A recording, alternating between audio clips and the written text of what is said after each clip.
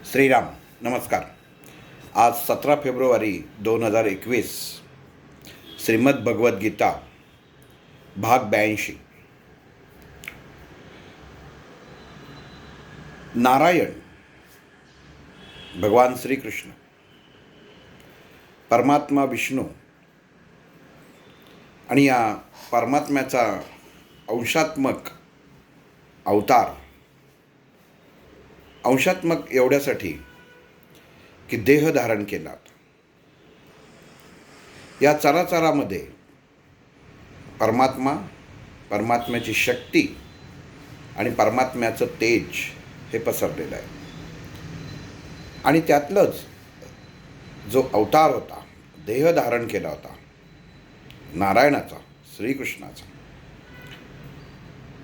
आणि ह्या जगताला आपण कसं जगावं, जीवन कसं व्यतीत करावं, जीवनाचे नियम काय, कर्म काय, आपल्याला मिळालेलं जीवन, आपल्याला मिळालेले हे श्वास आपण कसे खर्च केले पाहिजेत, आपलं आचरण, आपले विचार हे कसे हवेत. आणि दोन्ही गोष्टी भगवंतानी या भगवद्गीतेत सांगितलेले आहेत. जसं चांगल्या आहेत तशा वाईट पण आहेत. त्याचं कारण असं, रात्र झाली नाही तर दिवस काय हे कळणार नाही. वाईट गोष्टी नसतील तर चांगलं कशाला म्हणतात हे कळणार नाही. आणि भगवंतानी निर्माण करताना ह्या दोन्ही गोष्टी निर्माण केलेल्या आहेत. आणि हे निर्माण करताना आपण कुठल्या मार्गावर चालायचं आहे, काय वैचारिकतेवर चालायचं आहे, आणि योग्य मार्ग कुठला, हे अर्जुनाद्वारे सर्व समाजाला, ह्या जगताला नारायणाने सांगितलेलं आहे. बऱ्याच वेळा प्रश्न येतो की परमेश्वर आहे का, भगवंत आहे का. करणारा अहंभाव हा मीच, मी आहे म्हणून सर्व चालू आहे. जे काही करतोय ते मी करतोय. घरातल्या कुटुंब प्रमुखाला असं वाटत असतं की मी नोकरी करतो, मी व्यवसाय करतो, मी पैसे देतो म्हणून घर चालतं. पण नुसतं पैसे देऊन घर चालेल का? जेवढं तो पैसे कमवत असतो त्याच्यापेक्षा दुप्पट कष्ट घरातली लक्ष्मी, त्याची अर्धांगिनी, पत्नी, घरातले इतर हे आपापल्या परीने त्याच्यामध्ये आपलं योगदान देत असतात आणि मग संसार चालू असतो. पण ह्याला असं वाटतं की मी देतोय म्हणून सर्व होत आहे. मी जर पैसेच दिले नाहीत तर तुम्ही काही करूच शकणार नाही. आणि मनामध्ये अहंभाव निर्माण होतो, अहंकार निर्माण होतो. छोट्या छोट्या गोष्टींमध्ये प्रत्येक घरामध्ये आपण पाहायला मिळतं अहंकार असतो. त्याच्या घरामध्ये आपण गेलं तर तिथं विचारलं तर सांगतात आमच्या घरामध्ये बाबांचा शब्द अंतिम, आमच्या घरामध्ये आईचा शब्द अंतिम, आमच्या घरामध्ये काकांचा शब्द अंतिम. याचा अर्थ काय? तर तो शब्द अंतिम जर तुम्ही वडीलधारे म्हणून तो मानत असाल तर ते योग्य. पण ढाकामुळे वडील म्हणले मी करीन तीच पूर्व दिशा, काका म्हणले मी करीन तीच पूर्व दिशा, आई म्हणेल मी करीन तीच पूर्व दिशा, ह्या विचारांनी जर आपण हे घर चालवत असू तर त्याला अर्थ नाही राहत. कारण तिथं अहम निर्माण होतो. पण नंतर जनमानसामध्ये लोक म्हणायला लागतात जसा बाप होता तसाच पोरगा आहे. हा निसर्गाचा नियम आहे. कारण लहानपणापासून आपण संस्कार बघत आलेला असतो. घरामध्ये काही गोष्टी ह्या लहानपणापासून आपण पाळतो, त्याप्रमाणे आपलं जीवन घडत असतं. आणि त्या घडता घडता आपल्या घरामध्ये काय चाललं आहे हे ते लहान मूल पाहत असतं. आणि तो तसंच चमच्याला जर चमचा म्हटलं तर तो लहानपणापासून चमचाच म्हणतो. मग तो कितीही मोठा अधिकारी हो, म्हणताना तोच म्हणतो. त्याचं कारण असं, वाणीमध्ये दोष नाही, संस्कार जे झाले ते असेच झाले. हे सांगायचं कारण असं, कोणाला नावं ठेवायचं हेतू नाही आहे, की एखादी मूर्ती, एखादी वस्तू घडत असते. ती घडत असताना त्याच्यावर जर संस्कार योग्य झाले तर ती उत्तमच तयार होते. हे आपण कायम लक्षात ठेवलं पाहिजे. घरामध्ये स्त्री फोडणी करते, त्या फोडणीमध्ये जर काही उणं झालं तर मुख्य पदार्थ हा बिघडून जातो. म्हणजे सांगायचं काय, तर फोडणी व्यवस्थित व्हायला पाहिजे. पण तशीच आपल्या जीवनाची फोडणी ही विचारांनी होते. फोडणीमध्ये काय काय घालतात? हिंग घालतात, मोहरी घालतात, हळद घालतात, कढीपत्ता घालतात. या 4 गोष्टी असतात आणि मिरची घालतात. हिंग काय आहे? आपण रोज जेवण बनवतो, आज लाख वेळा घरामध्ये फोडणी करून झालं, आपण कधी विचार करतो का ह्या गोष्टी काय आहेत? हिंग काय आहे? सर्व आकाश मोकळं करणाऱ्याची ताकद या हिंगात आहे. शरीरामध्ये गॅस होतात आणि अपचन होतं की डॉक्टर सांगतात थोडंसं हिंग घ्या आणि खा पाण्यात घालून, म्हणजे गॅस मोकळे होतील. म्हणजे आकाश तत्व आहे. नंतर त्याच्यामध्ये मोहरी घातली जाते, अग्नितत्व आहे. त्याच्यानंतर त्याच्यात हळद घातली जाते. आता हळद घातल्यानंतर आपण बऱ्याच जणांना प्रश्न पडतो की हळद हे कुठलं तत्व असेल? तर हळद हे वायू तत्व आहे. कारण सर्व ठिकाणी ती पसरायचं काम ती करते. आपल्याला जखम होते की आपण हळद लावतो. ती हळद लावल्या त्याच फक्त ठिकाणी रक्त यायचं थांबतं, पण त्याचं जिथं रक्त येत आहे हे आता थांबवायचं आहे, हा सिग्नल, ही कंपनं मेंदूपर्यंत पोचली जातात. सर्व रक्तांमध्ये ते जिथं लावलेली हळद असते ती त्या कंपनाद्वारे मिसळली जाते. आणि तुम्ही माना न माना, रक्ताचा जो फ्लो असतो, जी गती असते ती नियंत्रित होते आणि रक्त यायचं थांबतं. आपण एवढंच म्हणतो की हळद लावली आणि रक्त थांबलं, पण कसं थांबलं याचा विचार करत नाही, कारण दाब कमी होतो. मग तसं जेवणामध्ये वायू हा ह्या हळदीमार्फत नियंत्रित केला जातो. कारण हे काय आहे, तर हे गंज न लागून देण्याचं सगळ्यात मोठं स्रोत आहे.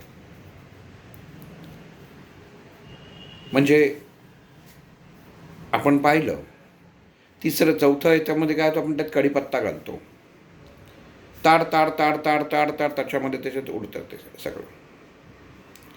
जलतत्वामध्ये सर्व उडत असतं. वेगळं करतं. का वेगळं करतं? तर ते आपण तेलात टाकतो आणि हे तेल हे जलतत्व समजलं जातं. ही मुळामध्ये आपण भगवद्गीतेचा विचार करताना रोजची फोडणी का विचार करतोय? कारण ही 5 तत्व, ह्याच्यातली 5 तत्व कमी जास्त करून बघा फोडणी करताना, म्हणजे तुमच्या लक्षात येईल जे कमी आहे त्याचा त्रास तुम्हाला नक्की होणार आहे. आणि हे जर तुम्ही कृतीने करून बघितलं, अनुभव, प्रत्येक गोष्ट अनुभव घेऊन बघावा, तर तो अनुभवाने घेऊन बघितलं म्हणजे तुम्हाला कळेल. आणि अशीच फोडणी आपल्या जीवनामध्ये सुद्धा असणं गरजेचं आहे. अहंभाव, मद, मोह, मत्सर, माया आणि अहंकार, या ज्या 5 गोष्टी आहेत, ह्या मनुष्याला नष्ट करायला कारण ठरतात. अहंभाव हा प्रत्येकाकडे असतो. अहम असावा, पण तो चांगल्या गोष्टीचा असावा. आणि अहम हा सर्व नाशाला कारण ठरतो, हे माणसांनी लक्षात घ्यावं.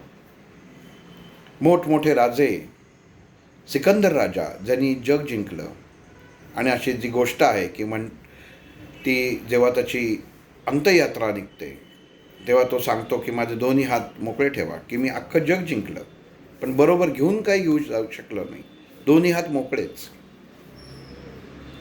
हे सांगायचं कारण असं की मनुष्य येतो मोकळ्या हाताने आणि जातोही मोकळ्या हाताने. मग जमा कशाला करून ठेवायचं? आणि जे जमा करायला लागतं ते जमा करताना इतर लोकांशी वाद का घालायचा? जे आपल्या नशिबात आहे हे आपल्याला कसंही करून मिळतंच. मी एक परवाची गोष्ट सांगतो. काही कामानिमित्त मागच्या आठवड्यामध्ये मला गोव्याला जायला लागलं. पत्नीनी बरोबर पोळ्या घेतल्या होत्या. काही पोळ्या घरामध्ये उरल्या होत्या आदल्या दिवशीच्या. ती म्हणली कोणाला तरी देऊन टाकू, वाया जायला नको. पुण्याहून निघालो, पण गोव्यापर्यंत जाईपर्यंत असं कुठं वाटलं नाही की ह्यांना हे द्यावं, किंवा असं म्हणलं तरी चालेल की मनात आलं नाही. एक दोनदा विषय झाला. पण जेव्हा आम्ही गोव्याच्या अलीकडं जो फोंडा घाट लागतो तिथं गेलो आणि खूप सारी वानरं, माकडं तिथं बसलेली पाहिली, आणि तेव्हा लक्षात आलं की अरे आपल्याकडं पोळ्या आहेत भरपूर. आणि त्या पोळ्या त्या वानरांना दिल्या. म्हणजे विचार करा, परमेश्वरांनी उपाययोजना कशी केली. आम्ही राहतो पुण्यात, वानरं गोव्यामध्ये, पण त्या इथनं त्यांच्या मुखामध्ये जायच्या होत्या. म्हणजे प्रत्येकाचं, आता मी दिल्या का तर नाही दिल्या, पत्नीने दिल्या का तर नाही दिल्या, मग दिल्या कोणी तर त्या परमात्म्याने दिल्या. फक्त बरोबर आपण घेतलं. मी दिल्या तिथं जर भाव आला, निर्माण झाला, तर त्याच्यामध्ये त्याचा काही उपयोग नाही. आपण काहीच करत नाही. परमेश्वराने तिथं आपण म्हणतो अरे मला आठवलं माझ्याकडे पोळ्या, तुला नाही आठवलं, त्यांनी तुला उठवलं, उठ त्या पोळ्या तुझ्याकडे आहेत त्या दे. हे आपल्या लक्षात येणं आणि हे स्वीकारणं हे खूप गरजेचं आहे. मनुष्य ते स्वीकारत नाही. मनुष्य म्हणतो मी दिलं, तू काहीच देऊ शकत नाहीस, तुझ्याकडं काही नाही. आणि मान्यही करू शकत नाही मनुष्य की माझ्याकडं काही नाही. माझ्याकडे म्हणतो सगळंच आहे. काय उपयोग आहे? घरामध्ये एअर कंडिशन लावलेलं आहे, पण शरीरामध्ये रक्त, शुगर, सगळे त्रास. काय उपयोग आहे? एअर कंडिशन चालू आहे तरी ह्या माणसाला उकडतं. आणि रस्त्यावर झोपणारा भिकारी 40 अंशाच्या टेम्परेचरमध्ये झोपत असतो उघडा, त्याला लागत नसेल उन्हाळा? पण लक्षात घ्या, भगवंतानी ठेवताना सगळ्यांना सम ठेवलं आहे. त्याला तो उन्हाळा, त्याला तो तापमान, त्याचं शरीर सुरुवातीपासूनच त्याच्याशी सामावून जातं.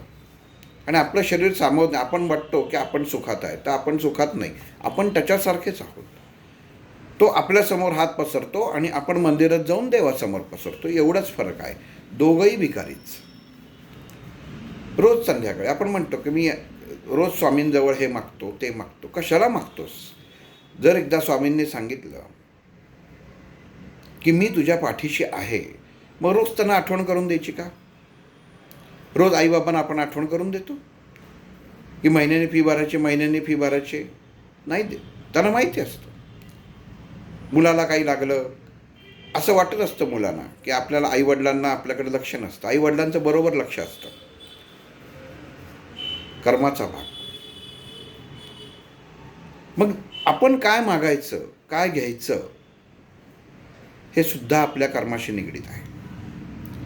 जसं ती वानरं, ती माकडं यांना त्या दिवशीचं भोजन हे पुण्यात केलेल्या घरामध्ये त्या दिवशी नशिबात होतं आणि आम्ही ते त्यांना देणं होतं. हे परमेश्वरानं सांगितलं तुला तिथं द्यायचं आहे. हे ऐन वेळेला सांगितलं त्यांनी तिथं की इथपर्यंत घेऊन आलास आहे, आता इथं ते मोकळं हो. ही सहज कृती आहे. ह्याच्यात कुठं अहंभाव नसावा. म्हणता कामा नये की आम्ही खायला घातलं, आपण काहीच करू शकत नाही. हे मी सांगायचं कारण असं की माणसाचा अहंभाव हा गेला पाहिजे. आपण काहीच करत नसतो. आपल्या मनात उत्पन्न होणारे विचार हेच सर्व काही करत असतात. आणि आपण ती म्हण आहे, मनी चिंती ते वैरीनं चिंती. आपलं मन सारखं आपल्याला अस्वस्थ ठेवायचा प्रयत्न करत असतं. म्हणून मनावरती संयम हवा, मनावर ताबा हवा. आणि अहंभाव हा कधीही मी मोठा आहे, मी राजा आहे. एक राजाचं याच्या म्हणून एक उदाहरण आठवलं म्हणून सांगतो. एक गाय एका ठिकाणी चरत होती रानामध्ये. आणि रानामध्ये चरत असताना रोज तिचा मालक तिला सोडायचा आणि संध्याकाळी घेऊन जायचा. आणि एक दिवस काय होतं की थोडासा उशीर होतो आणि ती गाय चरत असते आणि एक वाघ येतो. आणि गायीच्या लक्षात येतं की समोरनं वाघ येतोय, आता आपलं काही खरं नाही. आणि ती गाय घाबरून समोर तळं असतं त्या तळ्यामध्ये शिरते वाघापासनं वाचण्यासाठी. जसं शिरते तसं वाघ पण त्या गायीला खाण्यासाठी त्या तळ्यात शिरतो. पण होतं असं, त्या तळ्यामध्ये पाणी कमी असतं आणि चिखल दलदल ही जास्त असते. वाघाला गायीला खायचं असतं, गायीला वाघापासनं वाचायचं असतं. आणि दोघंही शेजारी शेजारी त्या दलदलीत अडकतात, अगदी शेजारी शेजारी. पण गंमत अशी असते बघा,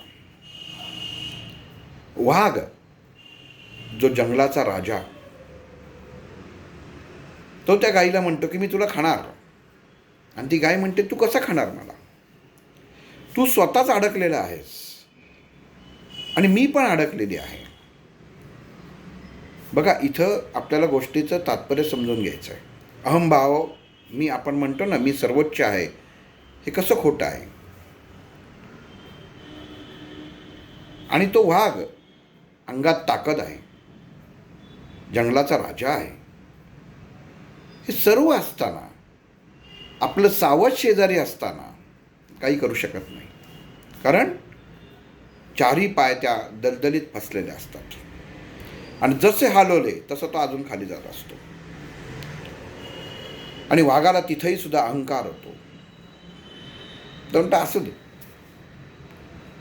मी फसलेलोच आहे, तुला मारलं नाही ना तशी तू मारणारच आहेस, कारण तूही माझ्याबरोबर रुतत जाणार आहेस. तशी ती गाय म्हणते तू मूर्ख आहेस,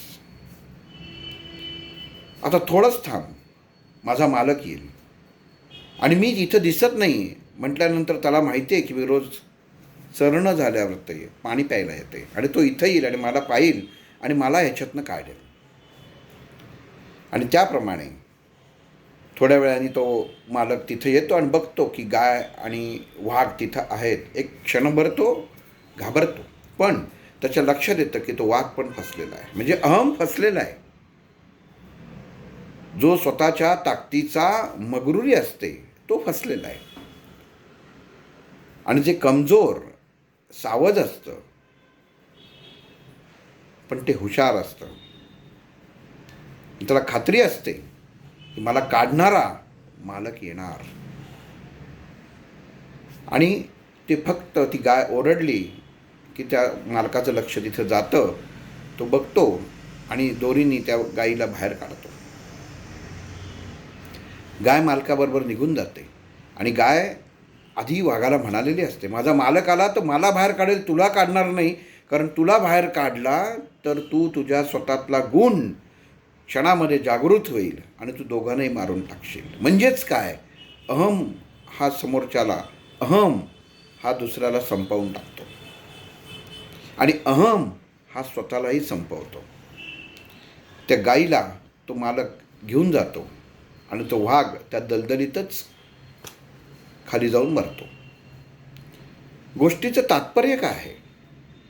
गोष्टीचं तात्पर्य हे आहे की मनुष्यामध्ये अहंभाव, मीच सर्वश्रेष्ठ, मीच करता, मीच करविता, हा भाव कधीही नसावा. कारण हा भाव केवळ आणि केवळ परमात्म्या त्या परमेश्वराच्या चरणाशीच असावा, स्वतःबद्दल असू नये की करणारा मी आहे. बरेच जण आपण बघतो साधू संत जे माळकरी किंवा काय अजून असतात की त्यांना असं वाटतं की मी करतो. अरे तू काय करतो? करणारा तो आहे, फक्त शरीर तुझं आहे. पण तू हे विसरतोस की शरीर तुझं आहे, हे तात्पुरतं आहे, हे तुला माहिती असून तू विसरल्यासारखं करतोस आणि स्वतःला वाटतं की हे करणारा मी आहे. आणि हा अहंभाव त्या माणसाला घेऊन डुबतो. कारण ज्यावेळी ह्याच देहाचा त्या परमात्म्या रूपीच्या मार्गाने गुरूंच्या मार्फत जो प्रयोग होत असतो, तो जेव्हा गुरु किंवा तो परमात्मा थांबवतो, तेव्हा हे शरीर काही करू शकत नाही. आणि ज्या लोकांनी डोक्यावर घेतलेलं असतं तीच लोकं खाली खेचतात. अशी उदाहरणं मी पाहिलेली आहेत की काय काय केलेलं आहे, इतकं उपभोगलं आहे त्यांनी आयुष्यात, आणि आता रस्त्यावर अक्षरशः वाईट अवस्था आलेली. कारण का? अहंभाव. मी केलं, मागं फोटो स्वामींचा आणि इथं यांची चरणांची पूजा. काय गंमत आहे. किती वेळा सांगितलं निरूपणामध्ये की सद्गुरू असताना, गुरु असताना आपण आपलं अस्तित्व दाखवायचंच कशाला? तुम्ही तुमचं मारुती रायांनी कधी स्वतःचं अस्तित्व दाखवलं का? प्रभू रामचंद्रांच्या चरणाकडेच जीवनभर बघत राहिले. रामानं भेटायला कोण आलंय म्हणून मानवर केली का? नाही केली. मग आपण शिकायचं काय? नुसता फोटो घ्यायचा आणि मोबाईलमध्ये डीपी ठेवायचा आणि हे असं पाहिजे? पण केलेली कृती, झालेली कृती काय आहे हे विचार करायला नको? कधी पाहिलंय मारुतीवर तोंड करून बघताना? किंवा कोण आलंय बघतो? आज आपल्या प्रभू रामचंद्रांना भेटायला कोण आलंय बघू? नाही. भगवान श्रीकृष्णाने जन्मापासनं मृत्यूशी सामना केला. का श्रेष्ठ? मृत्यूशी जन्मापासनं सामना केलेले एकमेव भगवान श्रीकृष्ण आहे. जन्म व्हायच्या आधीपासनं शत्रू टपून बसलेला आहे आणि सगळ्यातनं वाचत आले आणि हसत. प्रभू रामचंद्रांचा चेहरा कधीतरी तुम्हाला त्याच्यामध्ये आपण फोटो चित्रकार काढतो तेव्हा असं तरी दिसेल की विचार करतायत, पण श्रीकृष्णाचा दिसणार नाही. श्रीकृष्णाचा कायम हसत खेळतच दिसेल. त्याचं कारण असं, सर्व जगताचा स्वामी राम नव्हते का? अवतारीच होते. पण श्रीकृष्णाने जन्माच्या आधीपासनं जे भोगलं आणि उपभोगलं ते प्रभू रामचंद्रांनी भोगलं नाही. काय गंमत अशी आहे की आपण जेव्हा एखाद्या गोष्टीचा विचार करतो आणि इथं आपण कर्माचा विचार करतोय, ज्ञान विज्ञान योगाचा विचार करतोय आणि पुढे जाणार आहोत. आणि हे करताना आपल्यातला अहंभाव हा बाजूला, ह्या अध्यायामध्ये बाजूला होणं गरजेचं आहे. करता मी आहे. माझ्या घरामध्ये मी सांगतो तसं होतं, मी सांगतो तशाप्रमाणेच वागलं पाहिजे. ऑफिसमध्ये तसं मी सांगतो तसं करतो. ऑफिसमधले किती मोठा साहेब असो, घरी आल्यावर कोथिंबीर चिरू शकतो का? ती भाजी कापू शकतो का वेळीवरती? नाही कापू शकत. आणि घरातली स्त्री ऑफिसमध्ये जाऊन 10 मीटिंग अटेंड करू शकते का? काही निर्णय घेऊ शकते का? नाही घेऊ शकत. मग नवरा म्हणतो की अगं घरातला निर्णय तूच घेऊ शकतेस, मी घेऊ शकत नाही. रेशनमध्ये किती सामान आणायचं, किती भरायचं हे घरातल्या स्त्रीलाच माहीत असतं. पुरुष किती कर्तबगार असला तरी त्याला माहीत नसतं. आणि किती स्त्री घरात कर्तबगार असली तरी तिला ऑफिसमध्ये काय चाललं आहे, ऑफिसमध्ये काय व्यवहार हवा हे माहीत नसतं. म्हणजेच काय, प्रत्येकाच्या ठिकाणी हा योग्य आहे. कुठंही सगळं मीच आहे हा अहंभाव होता का? एक जण माझ्याच ओळखीचा आहेत, कायम कटकट करत असतो. मला दिवसभर काम करायला लागतं, दिवसभर ऑफिसात असते, संध्याकाळी घरी गेल्यावर स्वयंपाक करत असते. आणि मग मला स्वयंपाक करायचा कंटाळा येतो, मला कोणी समजून घेत नाही. उपयोगच नाही. तुम्ही कितीही चांगलं अन्न बनवलं, कितीही उत्तम प्रकारचं सजवून बनवलं, पण मनामध्ये जर तुमच्या कलुषितता असेल, तुम्ही म्हणाल की कलुषितता शब्द चुकीचा वापरला, तर नाही. घरामध्येच मुळात जर तुमच्या विचारांमध्येच असेल की मी दमून आल्यानंतर मला विचारावं आणि मग कोणीतरी मला अन्न द्यावं, अगदी बरोबर आहे. पण आपण जी कृती करतो ती सहजतेने त्या परमात्म्याच्या चरणाशी आपण अर्पण करतोय हा विचार करून गेलात तर ते फलप्राप्त होतं. नाही तर तसे परिणाम आपल्या घरावरती होतात. घरातलं वातावरण, घरातली माणसांची वृत्ती तशीच होते.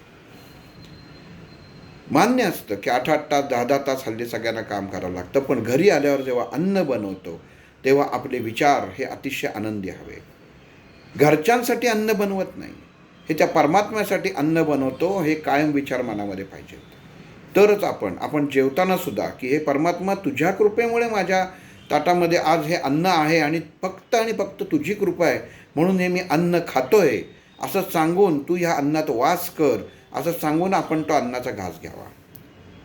त्याचं कारण असं की त्याच्यामध्ये असलेले सर्व दोष एक क्षणामध्ये तुम्ही जेव्हा परमेश्वराशी जोडले जाता तेव्हा सर्व दोष नष्ट होतात. आणि याचा अनुभव बऱ्याच जणांनी घेतलेला आहे आपल्या ग्रुपमध्ये. त्यामुळे आपण कृती करताना अहमभाव हा अहम ब्रह्मासी, ब्रह्म वेगळं आणि ब्रह्मा वेगळं, उत्पत्तीचा स्वामी आहे ब्रह्मा. म्हणून आपण नेहमी विचार करताना हे योग्य आणि मी करत नाहीये ह्या विचारांनी आपण जगायला शिकलं पाहिजे. हा श्वास घेतोय, कोण घेतोय? मी घेतोय नाही. श्वास तो घेतोय, सोडतोय तो मी. उद्या त्यांनी माणसाचा जीव कधी जातो? जेव्हा श्वास घ्यायची क्रिया बंद होते तेव्हा जातो. तुम्ही म्हणाल मी घेतोय, कसा घेतोय? हवा आहे, नाकापर्यंत पोचली, पण आतमध्ये जो बसलेला आहे तो या शरीररूपी देहाला, त्या आत्मज्योतीला तेवत ठेवण्यासाठी जो प्राणवायू ज्या रूपामध्ये द्यायला लागतो तो ते थांबवतो. वायू नसतो का आपल्या नाकामध्ये? असतो. पण जो वायू जन्मभर जीवनभर आपण प्राणवायू म्हणून घेतलेला असतो, तोच जेव्हा देह हा चैतन्य सोडतो, चैतन्य जेव्हा देहाला सोडतं, आत्मा जेव्हा देहाला सोडतं, तेव्हा लगेच नाकामध्ये बोळे लावले जातात. कारण का? की ज्या जीवनामध्ये ज्या वायूबरोबर संगत होती तोच वायू, त्याची संगत तर काही तो शरीराची सोडत नाही, पण आता आतमध्ये अग्नी चैतन्यमय नियंत्रण करणारा कोणीच नाही, तेव्हा शरीर जड व्हायला लागतं, रक्त सुकायला लागतं. नीट विचार करा. आपण भगवद्गीतेचा अभ्यास करतोय आणि आपल्या जीवनामध्ये आपण काय करतो, वाचतो म्हणून कायम लक्षात ठेवायचं. श्वास मी नाही घेत, श्वास तो घेतोय म्हणून मी सोडतोय, हे क्षणोक्षणी लक्षात ठेवा. माणसं विसरतात, माणसं अहमभावाला जातात. आपल्याला अहमभाव हा सोडायचा आहे. पण अक्षर ब्रह्मयोग पुढं त्याच्यामध्ये येणारे ध्यान स्वाध्याय म्हणजे काय हे कळण्यासाठी आपल्याला अगोदर आपल्यामध्ये बदल करणं गरजेचं आहे. म्हणून अहम सोडा. केलेली प्रत्येक कृती, साधा जरी चहा जरी प्यायलात तरी तो त्या परमात्म्याला सांगा की तुझ्यामुळे मी चहा पितो. एवढं म्हणायला मनात काय हरकत आहे? असं सांगितलंय का डंका पेटवून म्हणा. पण इथनं दिलेला आवाज, इथनं मारलेली हाक तुम्ही करून बघा हा प्रयोग आणि मग सांगा. केलेली प्रत्येक कृती, भगवंता तुझ्यामुळं मी आज हे दात घासतोय, तुझी कृपा आहे म्हणून माझे दात शिल्लक आहेत. भगवंत कसला? मी दात घासतो म्हणून माझे दात आहेत. अरे नाही, हा हात चालवणारा कोण आहे? तुला वाटतं तू चालवणार आहे? जर तुला हात चालवणारा जर तू म्हणत असशील तर जेव्हा पॅरलाइज होतो तेव्हा तुझा हात का नाही हलत? तेव्हा तुझे हातपाय कसे निर्जीव होऊन बसतात? तुझेच म्हणलास ना, मग तेव्हा का नाही हलत? कारण हलवणारा तो आहे. म्हणून आपण समजून घेतलं पाहिजे की आपण बघतोय सुद्धा त्याच्यामुळे, ऐकतोय त्याच्यामुळे, बोलतोय त्याच्यामुळं, प्रत्येक कृती जी करतोय, शर्टाचं बटनसुद्धा लावतोय हे त्याच्यामुळं.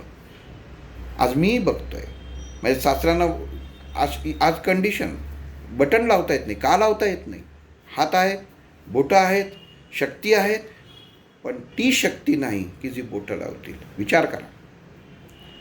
सर्व भौतिक आहे, पण ती जी शक्ती हवी, जे चैतन्य हवं ते नाही. म्हणून आपण कायम लक्षात ठेवलं पाहिजे, करता करविता फक्त तो आहे आणि आपण निमित्त आहोत. भगवंतांनी अर्जुनाला सांगताना सांगितलं की तू माझ्यामध्ये सामील हो, माझ्यामध्ये सामील हो. याचं कारण असं की माझं हृदय, माझ्यामधली अंतरात्मा, आत्मिक ज्योत ही त्या परमात्म्याची आहे. माझ्यामध्ये म्हणजे तू त्या परमात्म्यात सामील होणार आहेस. आणि उद्या आता आपण पुढच्या भागापासनं अक्षर ब्रह्मयोग, आत्मविज्ञान योग, आत्मसंयम योग पाहिला, आत्मविज्ञान योग पाहिला आणि अक्षर ब्रह्मयोग आता पुढं पाहणार आहोत. पण त्याच्या आधी एकदा परत या गोष्टीवर सर्वांनी विचार करावा आणि प्रत्येक कृती, पाणी जरी प्यायलं तरी भगवंताला सांगायचं, भगवंता तुझ्यामुळे मी पाणी पितोय. शौचाला गेलात तरी तुम्ही म्हणा, भगवंता तुझ्यामुळे मी आज शौचाला जातोय.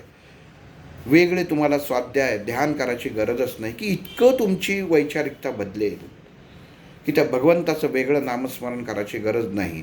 लोक वेगळं नामस्मरण करतात, वेगळं करतात. मी अर्धा तास बसतो, मी 20 मिनटं बसतो देवात. अरे 20 मिनटं जर त्यांनी जर सांगितलं मी 1 मिनटं जरा जाऊन येतो, तर तू राहशील का? तुझा देह राहील का? नाही ना राहणार. मग जर तो एक कण आणि कण तू श्वासाला सुरुवात केल्यापासून शेवटच्या श्वासापर्यंत तो तुझ्या शरीरामध्ये वसलेला आहे, त्याला जर सुट्टी नाही, तर तू फावल्या वेळामध्ये त्याचं नामस्मरण कसं काय करणार? म्हणून गोंदवलेकर महाराजांनी सांगितले अखंड नामस्मरण असावं. म्हणजे त्याचा अर्थ असा नाही की एका जागेवर बसून तुम्ही करा, कसंही करा. मनामध्ये रामनाम हवं, मनामध्ये ती आत्मज्योत कायम पेटली पाहिजे, ती तेवत राहिली पाहिजे. पेटली पाहिजे शब्द वापरला आहे, लागली पाहिजे नाही वाटलं, कारण पेटतं तेच पेटतं. म्हणून कायम लक्षात ठेवलं पाहिजे की करणारा तो आहे, आपण केवळ निमित्त आहोत. आणि त्याच्यामध्ये भगवान श्रीकृष्णाने सांगितलेली आहे की पार्था, तुला वाटताना मी सुबुद्धी आणि कुबुद्धी दोन्ही वाटलेलं आहे. तू उद्या एखादी चुकीची कृती करशील आणि म्हणशील त्यांनी केली नाही. तुला सुबुद्धी आणि कुबुद्धी दोन्ही वाटलेलं आहे. कशात मी तुझ्या बरोबर आहे आणि कशात नाही ह्याची बौद्धिक विचार हे तुला करायला पाहिजे. आणि तो विचार आपण करायला पाहिजे. एखादा खून करेल, एखादा अतिप्रसंग करेल आणि म्हणेल तुम्हीच सांगितलं भगवंता मी हे करतोय, भगवंताचंच साह्य होतं, असं म्हणून चालेल का? भगवंताने सांगितलं तुला मी चांगलं आणि वाईट दोन्हीचं ज्ञान अगोदरच दिलेलं आहे. तू चुकीची कृती केली, शिक्षा भोगायलाच लागणार. चांगली कृती केलीस, शिक्षा भोगायलाच लागणार. अति गोड खाल्लं, साखर वाढणार. म्हणजेच काय? नियंत्रण त्याचं आहे आणि ते कर्माला जोडून आहे. मग आपलं कर्मफळ काय? म्हणून आपण कायम प्रत्येक क्षणी आपलं कर्म उत्तम आणि योग्य होईल याचा विचार करायला पाहिजे. काल काय घडलं याचा विचार फक्त करून आपल्याला पुढं तसं घडता कामा नये. चूक जर झाली तर पुढं होता कामा नये, हे मनामध्ये आणलं पाहिजे. आणि हे करण्याचा सोपा मार्ग म्हणजे प्रत्येक कृती करताना भगवंताचं नामस्मरण करून ती कृती करा. आपोआप स्वतःमध्ये बदल होईल. वेगळी बदल घ्यायची गरज नाही आहे. आज इथंच थांबतो. श्रीराम.